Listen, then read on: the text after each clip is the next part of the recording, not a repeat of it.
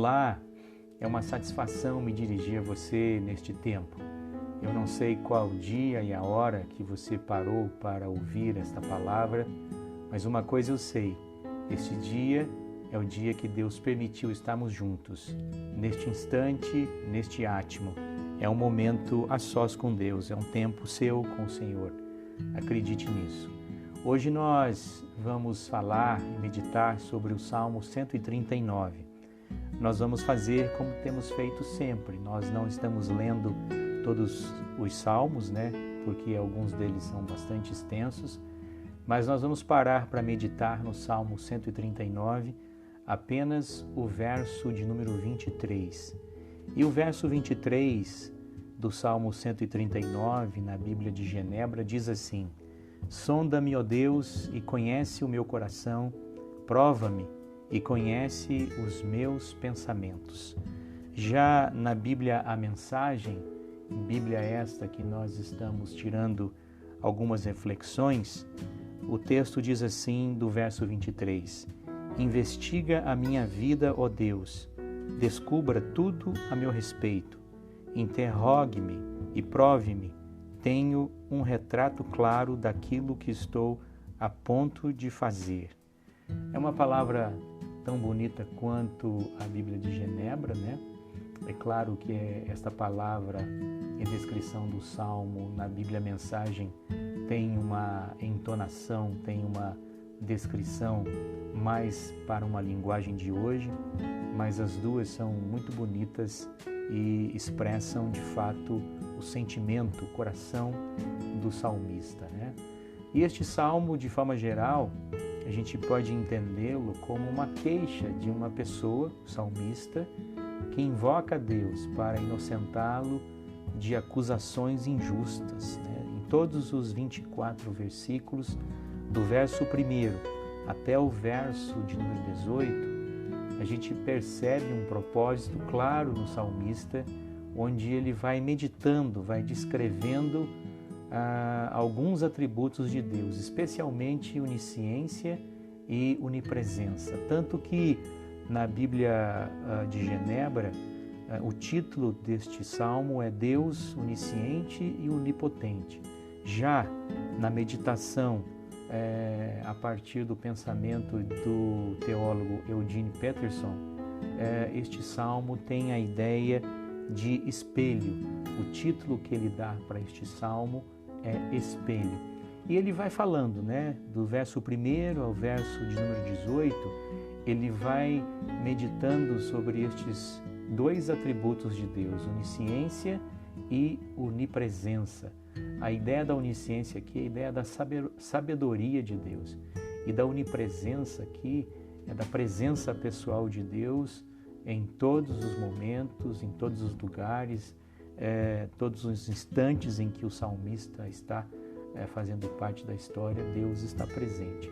E ele invoca a presença de Deus com um único objetivo, de livrá-lo, livrar as pessoas, especialmente o salmista, dessas acusações extremamente injustas que alguém faz contra ele.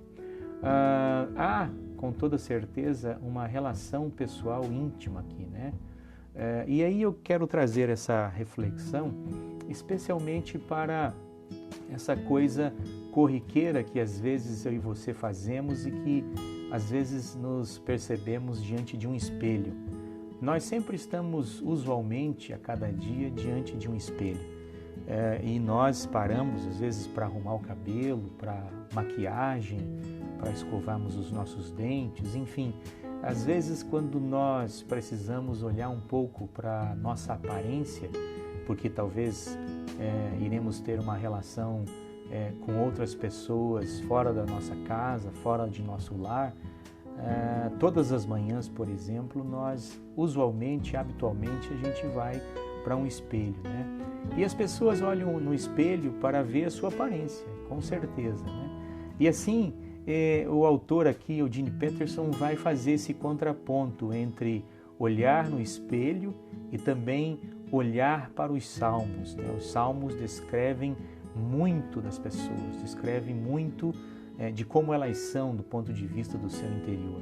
Enquanto nós olhamos para o espelho e essa habitualidade e esse caráter usual que a gente faz olhando para um espelho, conseguimos ver a nossa aparência, quando nós lemos a grande maioria dos salmos, nós nos encontramos neles, né? Porque a gente é levado pela leitura e pela reflexão a olhar para o nosso interior. Você já se olhou no espelho hoje? Você tem olhado para um espelho?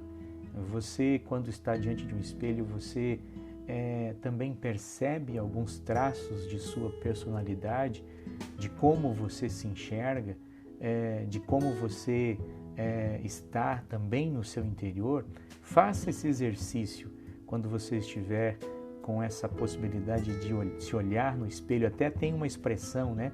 Você já se olhou no espelho? Algumas pessoas usam essa expressão no sentido de que nós, às vezes, ao olharmos no espelho, nós enxergamos muito do que somos, né? Muito do nosso caráter, muito da nossa personalidade. Como eu disse, um espelho é um excelente modo de aprender sobre nossa aparência. Já os salmos são a maneira bíblica de nos descobrirmos, né? Em um espelho, detectamos uma nova ruga, detectamos aí a passagem do tempo, né? Nós vamos envelhecendo e nós vamos percebendo isso quando nós estamos diante dos espelhos da nossa casa, dos nossos banheiros, em nossas residências, né? Também usamos o espelho para nos barbearmos, para nos maquiarmos, como nos salmos. E quando lemos os salmos, nós trazemos na consciência uma tristeza antiga, liberamos alegria, somos impactados por uma palavra do salmista.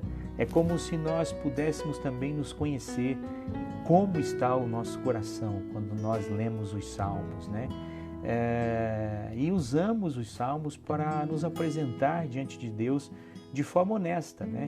Já o espelho mostra o nosso nariz, as nossas bochechas, coisas que só poderíamos saber pelos outros. Os salmos mostram a forma de nossas almas, os nossos pecados, né? As realidades do nosso íntimo, ocultas e obscuras.